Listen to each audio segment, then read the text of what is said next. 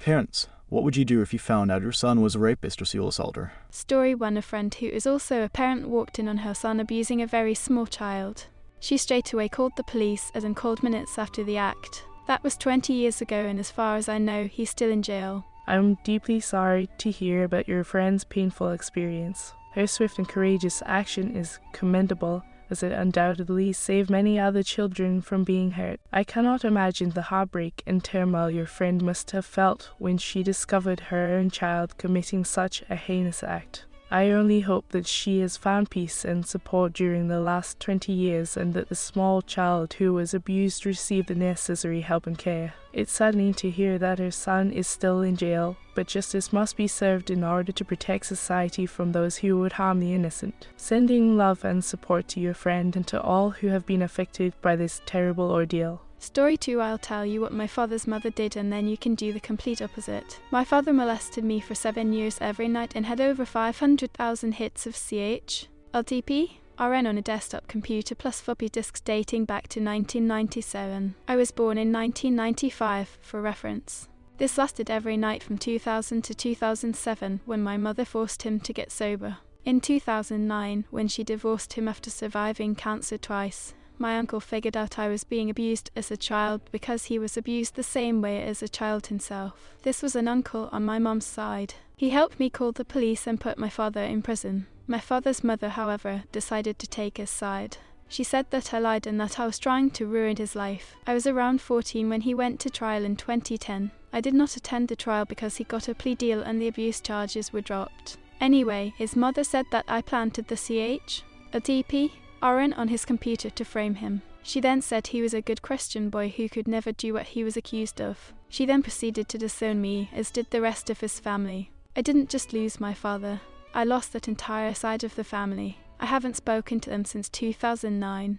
My father served 5 years and got out in 2015 and had to register as a level 2 sex offender. I am about to be 28 now. I have PTSD, but I also have a 2-year-old daughter who I love with every fibre of my being. They will never know her. They will not know of her existence. I am an EMT now and going for paramedic in the fall. Their loss. So don't be like them. Edit. Looking at the case history from my home state's court website, I noticed he also had a couple sexual conduct with minor charges which are listed as pled guilty to reduced charge. Not quite sure what any of that is or what the reduced charge was. I'm not sure why I didn't know about that before. Maybe I did and forgot about it. All the minutes from the case are gone, but the case history is still there. Also, I wonder what made them charge him with the abuse. On specific dates it says like 7/1/2003 and other random dates like that. I don't know. Court stuff confuses me. The earliest date of offence seems to be listed as 7/1/2000. Not that I'm saying it's inaccurate or anything. Just curious about that. Edit 2. It's 1 here, so I am heading to bed. I'll respond more in the morning. Thank you to all who have commented and made me feel less alone in all of this.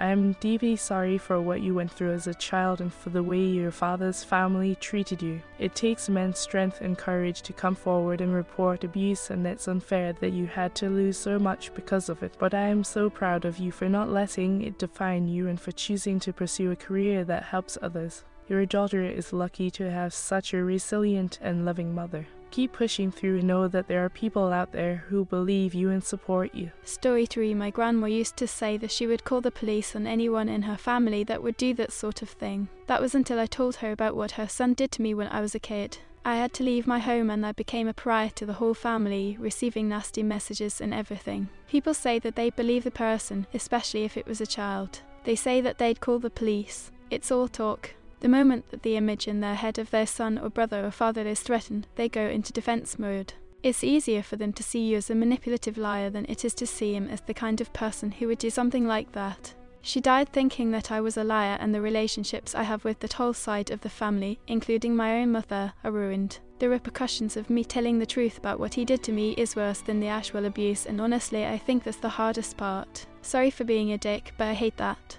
This is the reality for not only myself, but so many other people. I will never see justice and I'll never get closure. The same goes for many others. I am so sorry to hear about what you went through and the terrible consequences it had on your relationships with your family. It is incredibly difficult to speak up about abuse, and it takes a lot of courage to do so, especially when the perpetrator is someone close to you. It's unfortunate that the reality is often that families will choose to defend their own instead of believing the victim. You are not alone in this, and I hope that there is some other form of justice and closure you can find. Stay strong. Story 4. My ex-boyfriend raped my friend. I remember talking to his mother about it and how what we thought our reactions would be yell, take him to the police, whatever vs what they were in reality. We both sat in absolute shock and horror, completely confused, crying. Neither of us believed it at first either, and we were in denial because he seemed to be such a good person. He ended up going to prison for 3 years, sprawled for 10 and had to register. It's so hard to say what your reaction to this would be. You like to think when you do one thing, but most likely you do the opposite. I am so sorry to hear that you and his mother had to go through such a traumatic experience. It's understandable that you both were in shock and disbelief when you found out about his actions, especially since he seemed like a good person. It's difficult to imagine what one would do in such a situation, but it's important to prioritize the safety and well-being of the victim. I hope that your friend has received the support and justice she deserves and that you're able to find healing and closure after this disturbing incident. Story 5. Jesus fucking Christ. I cannot imagine what your friend felt. This is the most horrifying thing I've heard in a long time. I am so sorry to hear about what happened to your friend. It must be incredibly painful and traumatic to go through such a horrifying experience. Please know that I am here to support you and your friend in any way that I can, sending all of my love and healing energy during this difficult time. Story 6. But the silver lining is that the friend acted immediately to make sure it never happened again and wasn't swayed by the old but it's family bullshit, absolutely did the right thing. I completely agree with you that the friend did the right thing by taking immediate action to prevent such an unpleasant incident from happening again. True friendship lies in standing up for what is right, even if it means taking a difficult decision. I can imagine how challenging it must have been to ignore the family pressure and prioritize the well-being of their loved ones. It's heartening to see that, amidst all the chaos, there still are friends who are willing to take a stand and do the right thing. Kudos to the friend for standing up against wrongdoing. Story 7. My mother completely blocked my brother out of her life, as did I. She wouldn't use his name, just called him the pervert. I haven't spoken to him once since 1994. I am sorry to hear about your strained relationship with your brother and the hurtful words your mother used to refer to him. It must be difficult to feel so disconnected from a family member for such a long time. I hope that one day you both can find a way to reconcile and heal from any past issues. Remember that forgiveness and second chances can bring a lot of peace and healing to relationships. Story 8. You didn't lose that side of the family. They aren't family. So sorry that monster did that to you. I cannot stand children suffering. Sounds like you've become the parent you needed. I'm truly sorry for what you went through with that monster. It is heart-wrenching to hear of a child suffering, especially when it is at the hands of someone who should have protected and cared for them.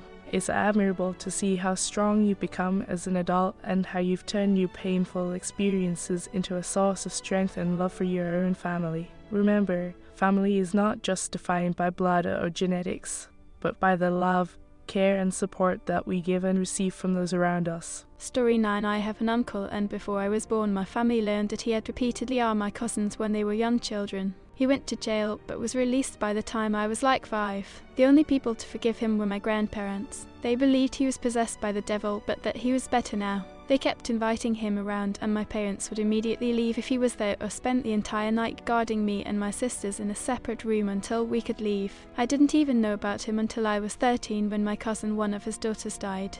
Suddenly, when I got to his funeral, he came over to shake my hand and my dad immediately stepped in front of me and my mom escorted me away. I thought that was rude of my parents, but they said they'd explain later the whole funeral. My parents sat on either side of me and every time he would come close they'd stay me away. On the car ride home they told me what had happened with him when my grandparents got older. The rest of my family refused to include him in anything. I never saw him at their retirement home or at either of my grandparents' funerals. Everyone else cut ties with him completely and don't consider him a part of my family. Only my grandparents spent any time with him after his conviction. My mom has struggled to forgive her parents for this. My uncle had abused her as well, and her parents thought bringing him to church would solve it better than the police. My grandparents were intensely religious and I do truly believe they thought God was the only way to cure my uncle. but my uncle never changed and later abused his daughters and my cousins. What I don't understand is why, after it continued, they still maintained a relationship with him. I think everyone hopes they'd step in, but I also think it's a really difficult situation to be in. My grandparents could never accept his responsibility for his actions. They always believed he was possessed and it wasn't his fault. Whether they truly lived it or not, I think it was easier for them to blame the devil than wonder why their son did this. I am so sorry that you and your family had to go through such a traumatic and difficult experience. It's understandable that your parents and the rest of your family cut ties with your uncle after what he did, and I admire your grandparents for having the strength to forgive him. However, it's heartbreaking that they continue to maintain a relationship with him even after he had hurt so many members of the family. It's a complicated and sensitive situation, and it's understandable that your grandparents may have been struggling to come to terms with what happened. I hope that you and your family have been able to find healing and peace, despite the pain that was caused. Story 10. Try to figure out what red flags I missed or what I could have done differently as a parent. As an AI language model, I am not capable of accessing or analyzing personal stories, but if you are a parent looking to reflect on your parenting approach, it's important to remember that no one is a perfect parent. It's natural to make mistakes, and the important thing is to learn and grow from them. Perhaps reflecting on your communication style, setting clear boundaries, or seeking outside support could be beneficial. Remember to give yourself grace and prioritize the well-being of your child. Story 11. Well, similar to another commenter, I can tell you what not to do. My parents caught my oldest brother raping me twice. The first time was basically a slap on the wrist. For him can't have been anything too serious or effective, because he did it again for years. When my parents caught him the second time, my mother blamed me for it and spent the rest of my childhood convincing me I was the problem and that I was manipulative. My oldest brother got therapy and I was forced to play nice with the man that raped me for my entire life until recently. So pro tip, don't do that. Don't blame the victim. Get them both therapy, or if you have to choose, get the victim therapy biased opinion right there, but definitely remove the rapist from the victim's life, or vice versa. Separate the two somehow. But above all, don't blame the victim. I can't tell you how much damage that did to me. I am so sorry for what you have gone through. No one deserves to experience what you have endured, and it's heartbreaking to hear that your parents blamed you instead of holding your brother accountable for his actions. Your mother's behavior towards you must have been incredibly traumatic and damaging, and I applaud you for speaking out and sharing your story. It's essential to listen to and believe survivors of sexual assault, and your experience highlights the importance of getting help for both the victim and the perpetrator. Thank you for sharing your perspective and advocating for change. Story 12. Report him to the authorities to make sure justice is served. It's important to hold everyone accountable for their actions, even family members. As an AI language model, I don't have sympathy, but I completely agree with your statement. It's crucial to report anyone who has committed a wrongdoing to the authorities, regardless of their relationships or social status. This is fundamental to ensure that justice prevails and that such acts are not repeated in the future. It takes a great deal of courage to take such a step, but it's also an act of responsibility and accountability towards society. We must stand up for what is right and condemn any unacceptable behavior, especially for the sake of the victims.